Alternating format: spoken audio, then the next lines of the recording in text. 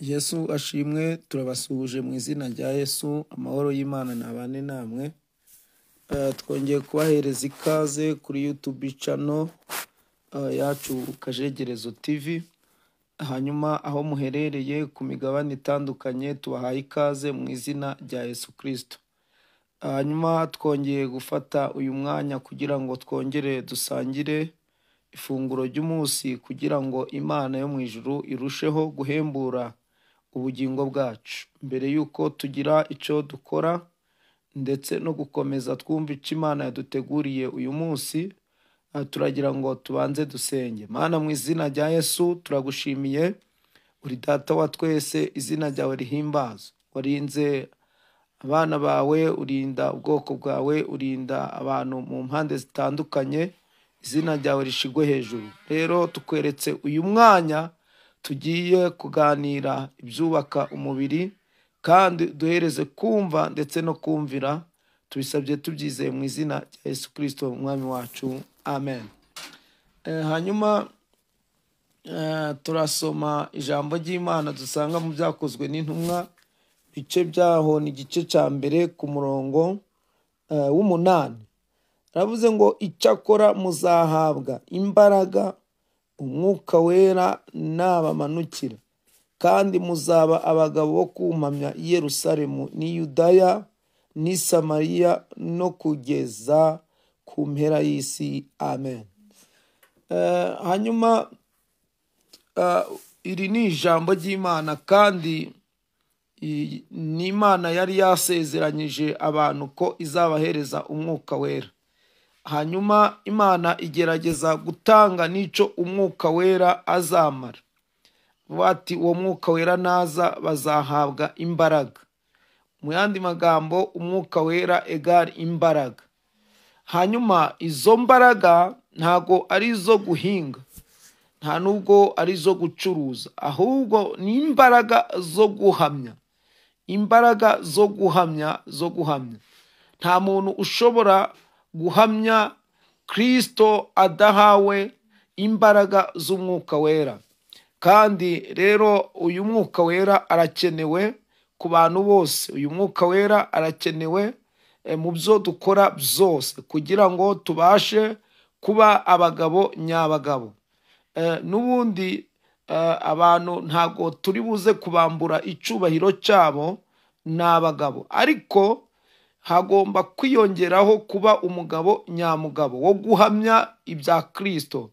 Rero iyo hiyongereyemo Umwuka Wera bita bikugira umugabo nyamugabo wo guhamya ibya Kristo Yesu, ukabihamya mu bo muvindimwe, ukabihamya aho utuye, ukabihamya mu bo mukorana. Kandi ntago ari ukubivuga gusa, biherekezwa no kwera imbuto nziza z'abantu bakijijwe, z'abantu bamenye Kristo. Hanyuma umuririmbyi turi buze gusorezaho ni umuririmbyi wa 81, hanyuma ku gitero cya 3. Hanyuma turagira ngo tuvuge ikintu kimwe mu bintu bigera kuri 6 Umwuka Wera amara. Hanyuma Umwuka Wera atumarira iki? Umwuka Wera akumariye iki? Umwuka Wera amariye iki? Hanyuma ikintu cya mbere ukwiriye kumenya Umwuka Wera ikintu amaze cya mbere, umumaro we wa mbere, Umwuka Wera areza. Umwuka Wera areza, mu yandi magambo atuma umuntu yezwa. Kandi kwezwa ni igikorwa hashingiwe mu kumva ndetse no kumanaginga amarangamutima.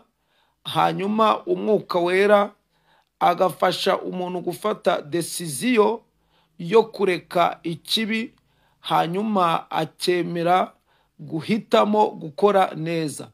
Ibi rero ntago umuntu abyibwira ubwe, ahubwo abibwirizwa n'imbaraga z'Umwuka Wera. Rero Umwuka Wera areza. Kwezwa rero niwo mumaro wa mbere Umwuka Wera akora. Ahantu Umwuka Wera ageze, mu yandi magambo akora isuku, arakoropa. hanyuma umwuka wera iyo akugezemo akuvanamo imyanda yose, arakoropa, akavanamo imyanda, akavanamo ibideshe. Hanyuma rero bivuga ngo umwuka wera areza, kandi mu bintu bibaho umwuka wera agereranywa n'amazi, kandi amazi areza kandi aroza. Hanyuma rero umwuka wera iyo ageze ahantu hari umwanda, hanyuma arakoropa, akavanamo uwo mwanda. Imana ishimwe. Biravuze ngo umwuka wera iyo ageze ahari icyaha akivanamo, kandi uyu mwuka wera iyo ageze ahari ubusinzi arabukoropa, iyo ageze ahari ubusambanyi arabukoropa, iyo ageze ahari ubujura arabukoropa, iyo ageze ahari ibiyobyabwenge, kunywa ibiyobyabwenge arabikoropa. Umwuka wera agasigara agushize ku murongo, akugize umwana w'Imana. Ukwiriye rero kwakira uyu mwuka wera kugira ngo abashe kukweza no kugutunganya. Hanyuma ugiye kubaza ngo uyu mwuka wera uramwakira gute? Uyu mwuka wera kumwakira nta kindi, ikintu ukwiriye gukora ni kimwe, ni ukwemera ko umukeneye, kabiri ukemera kuri umunyantege ngeya, hanyuma ugasenga ukamusaba. Hanyuma rero icyo gituma umwuka wera aza muri wowe. Hanyuma umwuka wera ntabwo apfa kuza ahantu hatateguwe. Rero ni ukuvuga kumutegurira neza, nuko ukwiriye kwakira Yesu nk'umwami n'umukiza mu bugingo bwawe. Hanyuma ukavuga ngo ngeneye umwami w'amahoro, ngeneye Karuhura. Uyu nguyu iyo yageze muri wowe, n'imbaraga z'umwuka wera ziba zatangiye gukorera muri wowe, kandi ikiba gisigaye ni ukwera imbuto. Abantu bazamenya gute ko umwuka wera yakwejeje? Nuko bazabona imico yawe mibi, imigirire yawe mibi yahindutse. Imana ishimwe. Rero bene data, turagira ngo tubabwire ngo uyu munsi wa none buri muntu wese yirikwe atekereza kuri iri jambo. Ese umwuka wera yarakwejeje? Ese umwuka wera yakugezemo? Hanyuma niba yarageze muri wowe, mu mutima wawe, ese nta mwanda ugisigayemo? Ese nta nzika zikirimo? Ese nta nzangano zikirimo? Ese nta kutababarira kurimo? Ese nta businzi bukirimo? Rero niba bikirimo, ibyo byose bishobora kuba obstacle byatuma umwuka wera adakora. Rero umwuka wera arashaka kubivanamo, kandi uyu mwuka wera akorana n'umuntu, kandi uwo muntu akwiriye gukingurira urugi umwuka wera agakora. Niyo mpamvu ijambo ry'Imana rivuga ngo dore mpagaze ku rugi ndakomanga, nukingura ndaza tubane kandi ndaza dusangire. Imana rero iragusaba gukingura urugi rw'umutima wawe kugira ngo umwuka wera akore, kandi umwuka wera akweze, agutunganye mu izina rya Yesu. Ese ukeneye kwakira Yesu nk'umwami n'umukiza? Ese urumva wafata umwanzuro kugira ngo tugusengere by'umwihariko ugakizwa, ukava muri ibyo byaha? Uzi ibyo wirigwamo, uzi ibyo uraramo, uri umutinganyi, uri umusinzi, uri umusambanyi, urara wikinisha, ukora ibizira byose, ariko ibyo ntago bizatuma ugira amahoro. Bibiliya iravuga ngo nta mahoro y'umunyabyaha, ni Uwiteka avuga. Ukwiriye kwezwa ubifashijwemo na Kristo ndetse n'imbaraga z'umwuka wera. Izi mbaraga rero zita ziguhindura umugabo nyamugabo wo guhamya. Hanyuma uhamya iki rero?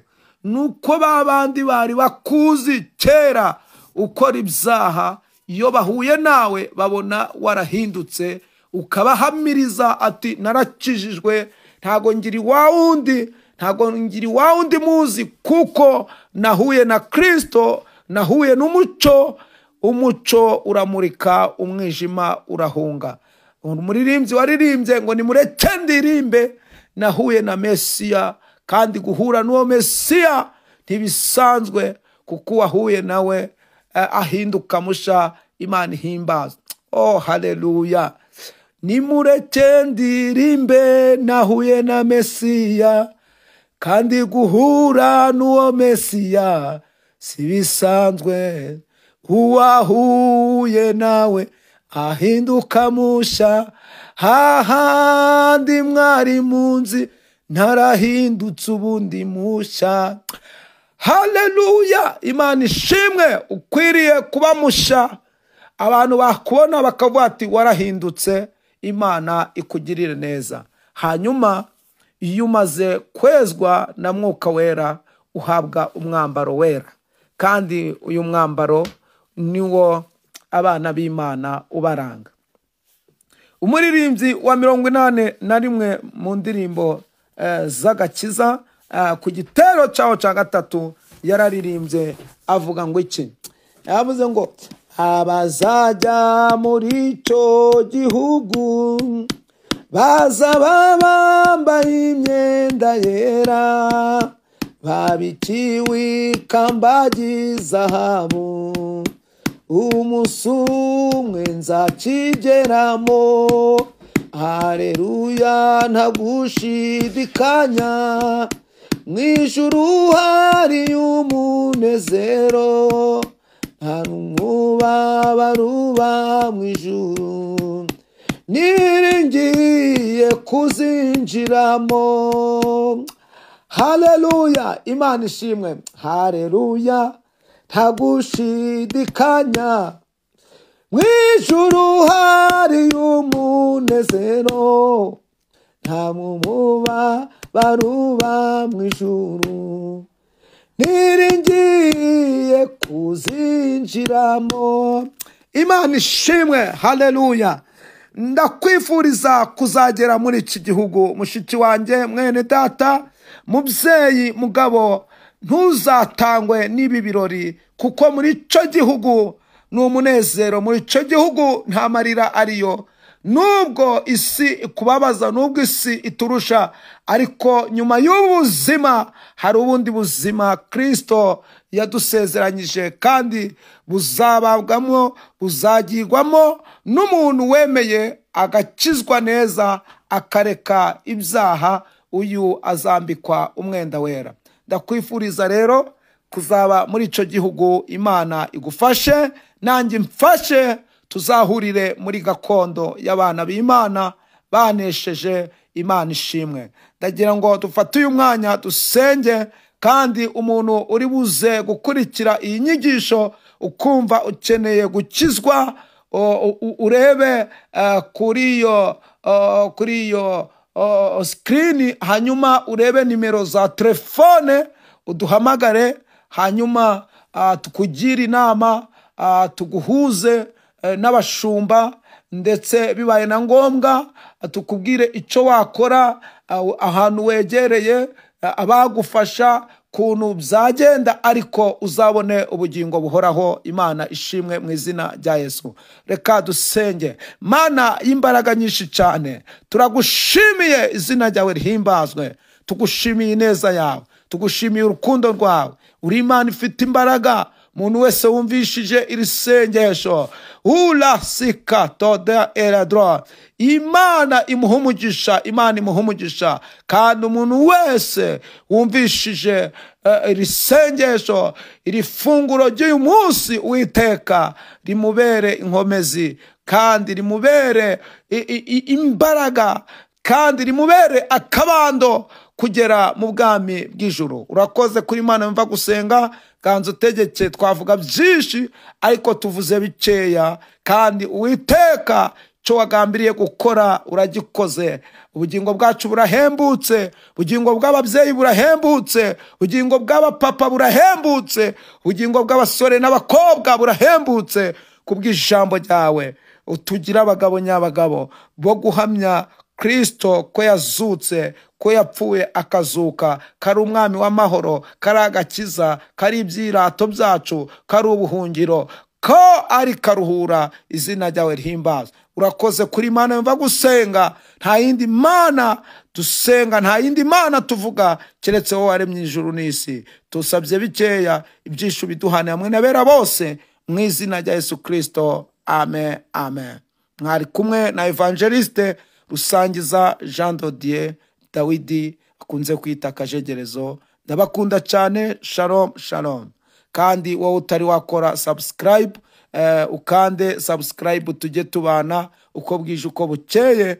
Tugiye gukorana muri iyi minsi, dukore cyane, twamamaze ubutumwa bwiza. Imana ibahe umugisha. Shalom.